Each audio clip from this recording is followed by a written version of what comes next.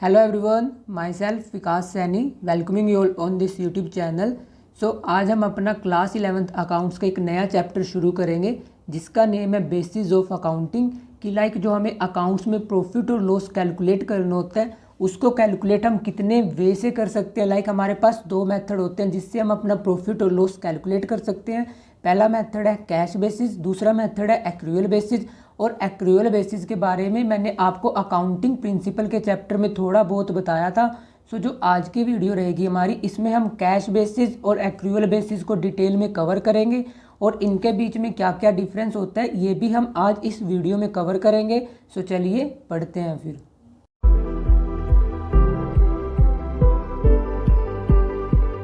अब कोई भी ऑर्गेनाइजेशन होता है उसका मेन ऑब्जेक्टिव क्या होता है? उसका मेन ऑब्जेक्टिव ये होता है कि वो ये देखना चाहता है कि पूरे साल भर उसने कितना प्रॉफिट अर्न किया और उसको कितना लॉस हुआ।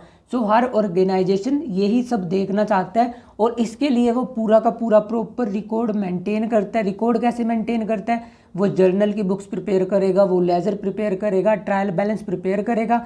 अब ईयर एंड में आने के बाद वो क्या कैलकुलेट करना चाहेगा कि उसने पूरे साल भर में कितना प्रॉफिट कमाया, उसे कितने का फ़ायदा हुआ है और कितने का नुकसान हुआ है।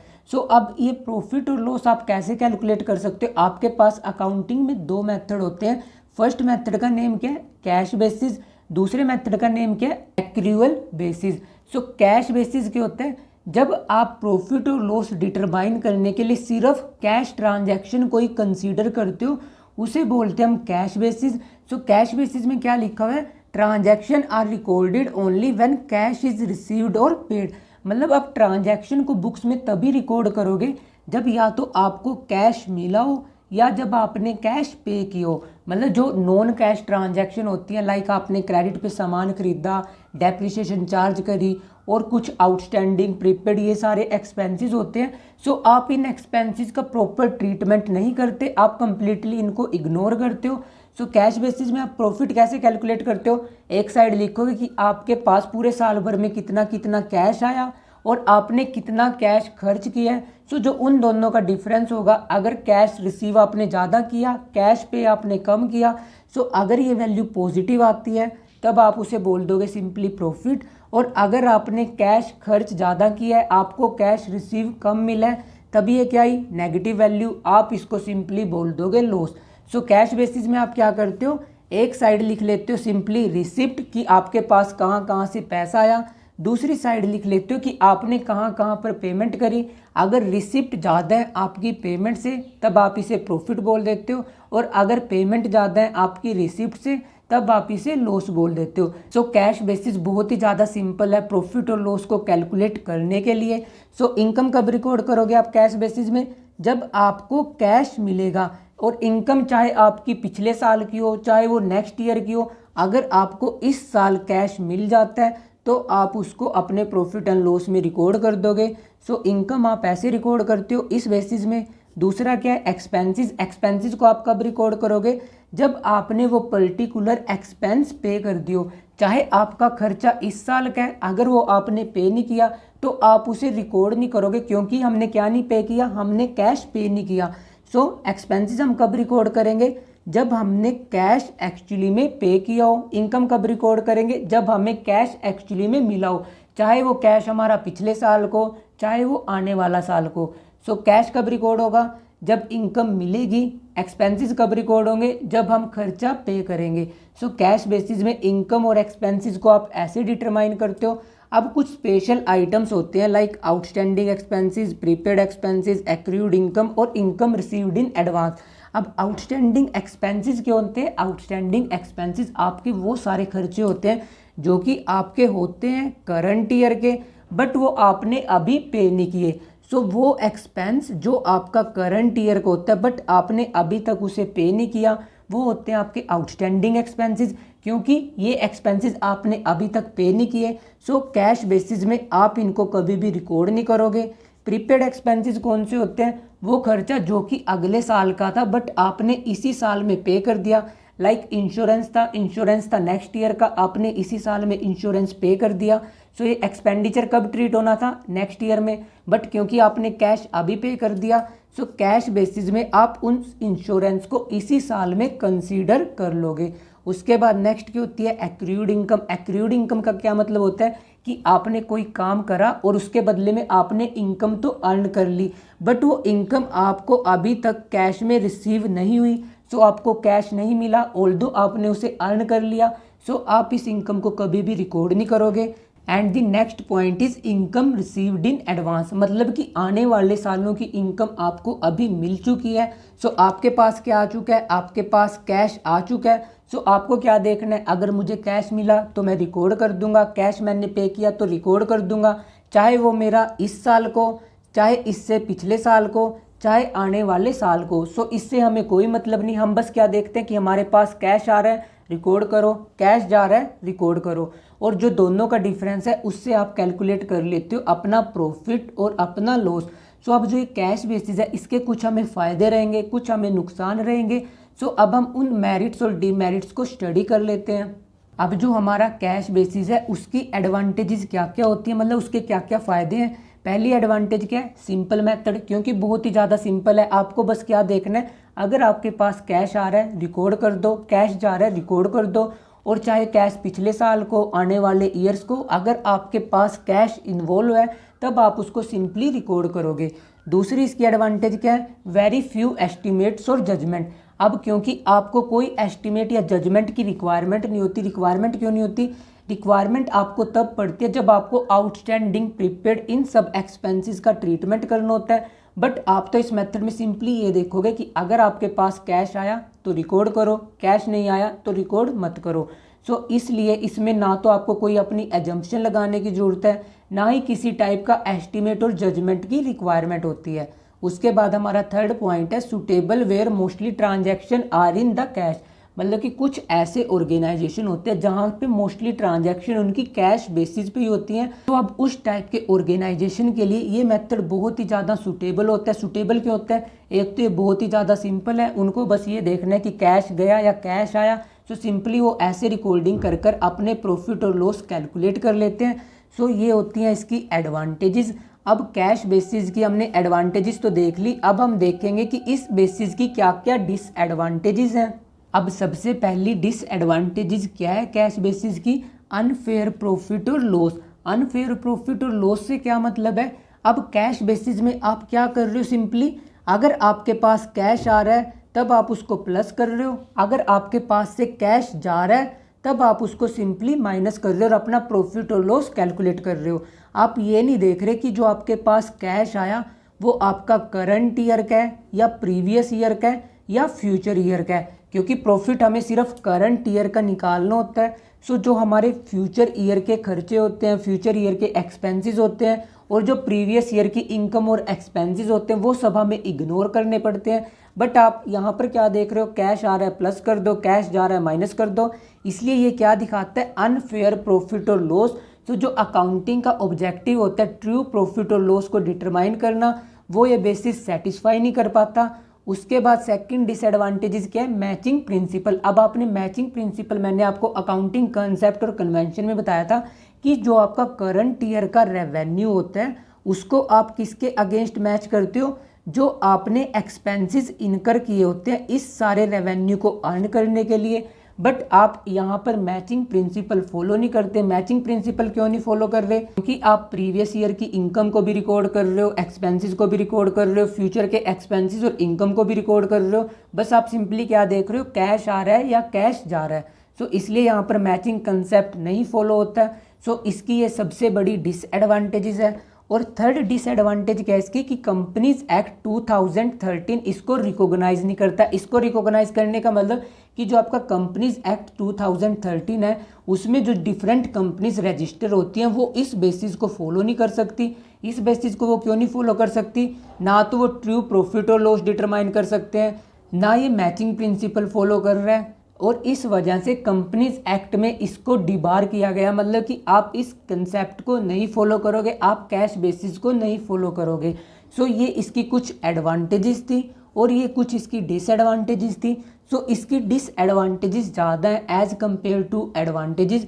सो इसी वजह से कंपनीज एक्ट में इस पर्टिकुलर बेसिस को एडवाइज नहीं किया गया कि आप इस बेसिस को फॉलो करो, बट इन रियलिटी कुछ प्रोफेशनल्स होते हैं जो कि कैश बेसिस को फॉलो करते हैं। और वो कौन फॉलो करते हैं? जिनकी 100% ट्रांजैक्शन किस में होती है? कैश में। लाइक कैश आ रहा है, कैश जा रहा है। सो वो टाइप के जो प्रोफेशनल होते हैं वो फॉलो करते हैं आपका कैश बेसिस। अब हम देख लेते हैं accrual basis. Although accrual basis आपने अकाउंटिंग प्रिंसिपल और कन्वेंशन के चैप्टर में मैंने आपको कवर करा दिया था, बट यहाँ पर हम फिर से उस कंसेप्ट को दोबारा से रिवाइज कर लेते हैं। फिर हम इन दोनों के बीच में क्या डिफरेंस होता है हम वो स्टडी करेंगे। अब एक्रूअल बेसिस में आप क्या देखते हो? एक्रूअल बेसिस में आप ये देखते हो कि अगर वो आपकी करंट ईयर की इनकम है या करंट ईयर का एक्सपेंस है तभी आप उसको रिकॉर्ड करोगे। मतलब वो अगर एक्रू हो चुका है आप तब भी उसे रिकॉर्ड करोगे। आपको कोई मतलब नहीं, आपको चाहे कैश मिलो चाहे नहीं मिलो, अगर वो करंट ईयर का एक्सपेंस है, करंट ईयर की इनकम है, आप उसको प्रॉफिट एंड लॉस में रिकॉर्ड करोगे। सो यहाँ पर एक्रूअल बेसिस में हमें दिया हुआ है कि incomes are recorded when they are earned. मतलब कि अगर आपने इनकम अर्न कर ली, चाहे आपको कैश अभी मिल चुका हो चाहे आपको कैश अभी नहीं मिलो, सो आप क्या देखोगे कि आपने अगर वो इनकम अर्न कर ली, सो आप इसे सिंपली बुक्स में रिकॉर्ड करोगे। बुक्स में जैसे कि जो हमारा प्रॉफिट एंड लॉस अकाउंट होता है उसमें आप इसको एज अ इनकम रिकॉर्ड करोगे। और जो आपके एक्सपेंसेस होते हैं आप इनको कब रिकॉर्ड करोगे? जब वो ड्यू हो जाएंगे, मतलब जब आपको लीगली उनकी पेमेंट करनी पड़ेगी। ऑल्दो आप उसकी पेमेंट करो चाहे ना करो, आपको इससे कोई मतलब नहीं। अगर आपका करंट ईयर का एक्सपेंस है और वो ड्यू हो चुका है, उसकी ड्यू डेट अराइज हो चुकी है, तब आप उसे सिंपली रिकॉर्ड करोगे। सो चाहे आपने कैश पे किया हो चाहे ना किया हो, आप उसे रिकॉर्ड करोगे अपनी बुक्स में। सो एक्रूअल बेसिस बहुत ही सिंपल है। ये क्या बोलता है? अगर हमारा करंट ईयर का एक्सपेंस है, चाहे हम उसे पे करें चाहे ना करें, करंट ईयर की इनकम है, चाहे वो हमें अभी कैश में मिली हो चाहे ना मिली हो, हम उसे प्रॉपरली रिकॉर्ड करेंगे। और इसी वजह से आप अपने true profit and loss determine कर पाते हो, क्योंकि जो आपका एक्रूअल बेसिस होता है इसमें जो आपके आउटस्टैंडिंग एक्सपेंसेस होते हैं, प्रीपेड एक्सपेंसेस होते हैं, एक्रूड इनकम होती है और इनकम रिसीव्ड इन एडवांस होता है, उसको आप प्रॉपरली ट्रीट करते हो। लाइक जो आपका आउटस्टैंडिंग एक्सपेंस है वो है किस साल का? करंट ईयर का।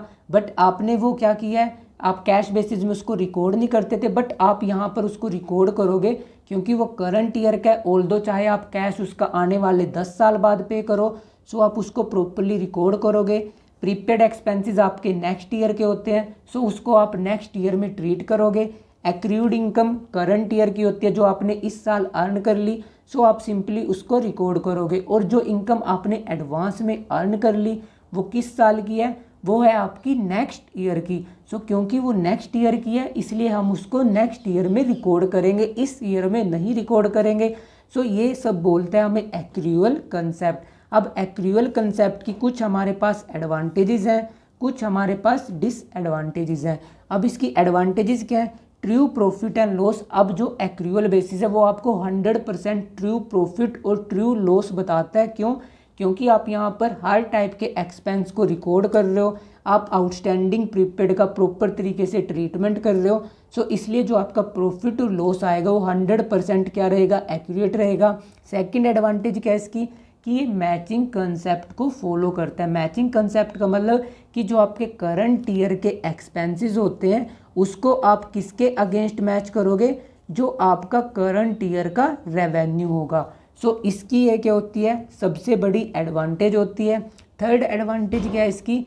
कि इसे कंपनीज एक्ट 2013 के अकॉर्डिंग रिकॉग्नाइज किया गया है। रिकॉग्नाइज करने का मतलब कि जो आपकी डिफरेंट कंपनीज होती हैं उनको एक्रूअल बेसिस फॉलो करना पड़ता है, ना कि कैश बेसिस, क्योंकि ये ट्रू प्रॉफिट और लॉस भी बता रहा है, ये मैचिंग कंसेप्ट भी फॉलो कर रहा है, और जो ये आपकी फाइनेंशियल पोजीशन होती है उसको भी बिल्कुल एग्जैक्ट बताता है। बिल्कुल एग्जैक्ट कैसे बताता है? फाइनेंशियल पोजीशन से क्या मतलब होता है? जो आपकी बैलेंस शीट होती है उसमें जो आपके एसेट्स होते हैं और जो आपकी लाइबिलिटीज़ होती हैं उसको ये प्रॉपरली तरीके से क्लासिफाई किया जाता है इस कंसेप्ट के अकॉर्डिंग। और जो आपका कैश बेसिस था उसमें आप सारे का सारा ट्रीटमेंट उसी पर्टिकुलर ईयर में कर देते थे।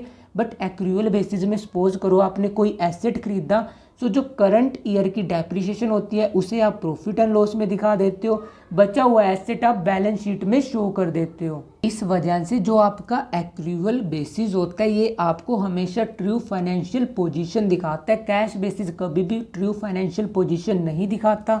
उसके बाद इसकी डिसएडवांटेजेस क्या क्या हैं? एक तो ये बहुत ही ज़्यादा कॉम्प्लिकेटेड बेसिस होता है, क्योंकि आपको इस बेसिस को अगर इम्प्लीमेंट करना है आपको बहुत सारी टेक्निकल नॉलेज की रिक्वायरमेंट होनी चाहिए। मतलब अगर आपको सबसे पहले वो टेक्निकल नॉलेज होगी तभी आप इस कंसेप्ट को फॉलो कर सकते हो। लाइक आपको आउटस्टैंडिंग एक्सपेंसेस पता होना चाहिए, प्रीपेड एक्सपेंसेस पता होने चाहिए, एसेट्स पता होने चाहिए क्या होती है, लाइबिलिटीज़ पता होनी चाहिए क्या होता है। On the contrary cash basis में क्या होता था, आप सिर्फ ये देखते थे कि कैश आ रहा है या कैश जा रहा है, इसलिए ये मेथड थोड़ा सा उससे कॉम्प्लिकेटेड होता है। सेकंड डिसएडवांटेज क्या है इसकी, use of estimate. Previous method में आपको बहुत ही कम एस्टिमेट्स या कंसेप्ट कन्वेंशन ये सब लगाने पड़ते थे, बट यहाँ पर जो अकाउंटेंट की पर्सनल जजमेंट होती है, उसकी एजम्पशन होती है, वो बहुत ही ज़्यादा मेजर रोल प्ले करती है। वो मेजर रोल किस लिए प्ले करती है, लाइक ये आउटस्टैंडिंग, प्रीपेड, ये सब डिटरमाइन करने में। सो इसलिए जो ये मेथड है इसकी डिसएडवांटेज क्या है, इसमें आपको बहुत सारे एस्टिमेट, बहुत सारे कन्वेंशन ये सारे यूज़ करने पड़ते हैं। सो ये इसकी डिसएडवांटेज है। बट इसकी जो एडवांटेजेस हैं वो ज़्यादा हैं एज़ कम्पेयर टू डिसएडवांटेजेस। इसलिए एक्रूअल बेसिस को ऑलमोस्ट सारे के सारे बिजनेसमैन फॉलो करते हैं, क्योंकि ये ट्रू प्रॉफिट एंड लॉस भी शो करता है, ये ट्रू फाइनेंशियल पोजीशन भी शो करता है।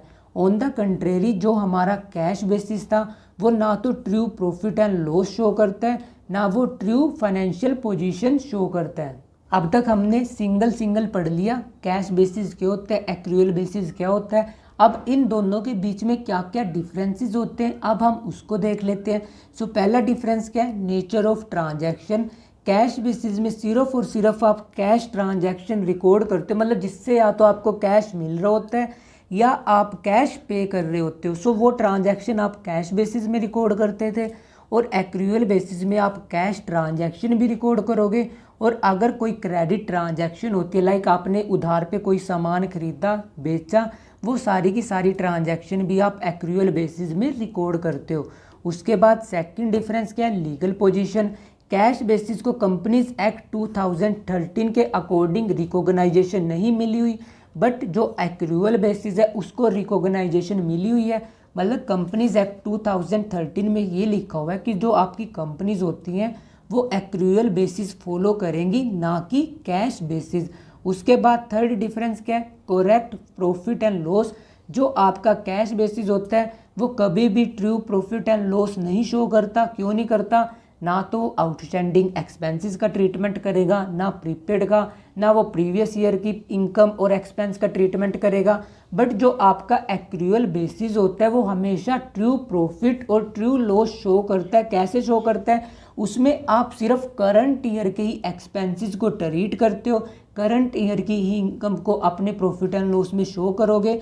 ये मैचिंग कंसेप्ट नहीं फॉलो करता, ये मैचिंग कंसेप्ट फॉलो करता है। इसलिए यहाँ पर आपके प्रॉफिट एंड लॉस हमेशा करेक्ट आएंगे, यहाँ पर आपके प्रॉफिट एंड लॉस हमेशा अनफेयर रहेंगे। उसके बाद हमारा नेक्स्ट डिफरेंस है prepaid expenses, outstanding expenses, accrued income, unearned income.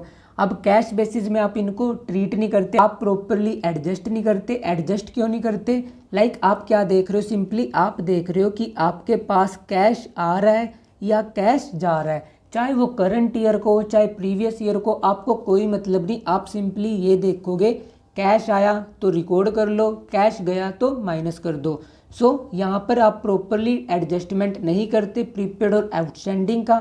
सो ये इसकी सबसे बड़ी क्या है, ये इसकी सबसे बड़ी डीमेरिट है।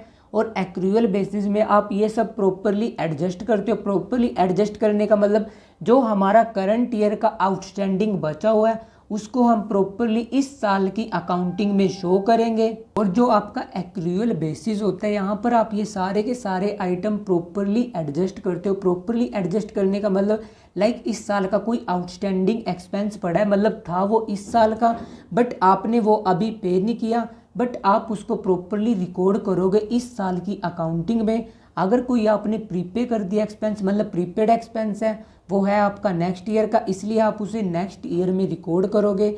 इसके अलावा एक्रूड इनकम, मतलब कि जो आपकी इस साल की इनकम है उसको आप इसी साल में रिकॉर्ड करोगे, चाहे आपको कैश मिला हो चाहे आपको कैश नहीं मिला हो। तो यहाँ पर आप सारे के सारे चारों आइटम्स का प्रॉपरली ट्रीटमेंट करते हो। यहाँ पर आप एसेट्स और लाइबिलिटी उसको उनकी करेक्ट वैल्यू पे शो करते हो। सो इसलिए एक्रूअल बेसिस ज़्यादा एक्यूरेट है as compare to cash basis. तो एक्रूअल बेसिस और कैश बेसिस में क्या क्या डिफरेंसेस होते हैं, कैश बेसिस की क्या क्या एडवांटेजेस, क्या क्या डिसएडवांटेजेस, एक्रूअल बेसिस की क्या क्या एडवांटेजेस, क्या क्या डिसएडवांटेजेस, ये सब हमने देख लिया। कैश बेसिस कहाँ पर फॉलो होता है, जहाँ पर आपकी अप्रोक्सीमेटली 100% ट्रांजैक्शन कैश में होती है। एक्रूअल बेसिस आपकी कंपनीज वगैरह जो आपके आसपास बिजनेसेस वगैरह होते हैं वो सब इसको फॉलो करते हैं। कैश बेसिस मोस्टली आपके प्रोफेशनल पीपल फॉलो करते हैं। और इनके बीच में क्या क्या डिफरेंस थे हमने बहुत ज़्यादा डिटेल में कवर कर लिया। So that's all for today. Keep learning and smiling. If you have any doubt you can ask me in the comment section and don't forget to share and subscribe to this channel for more amazing videos. Thank you, bye bye.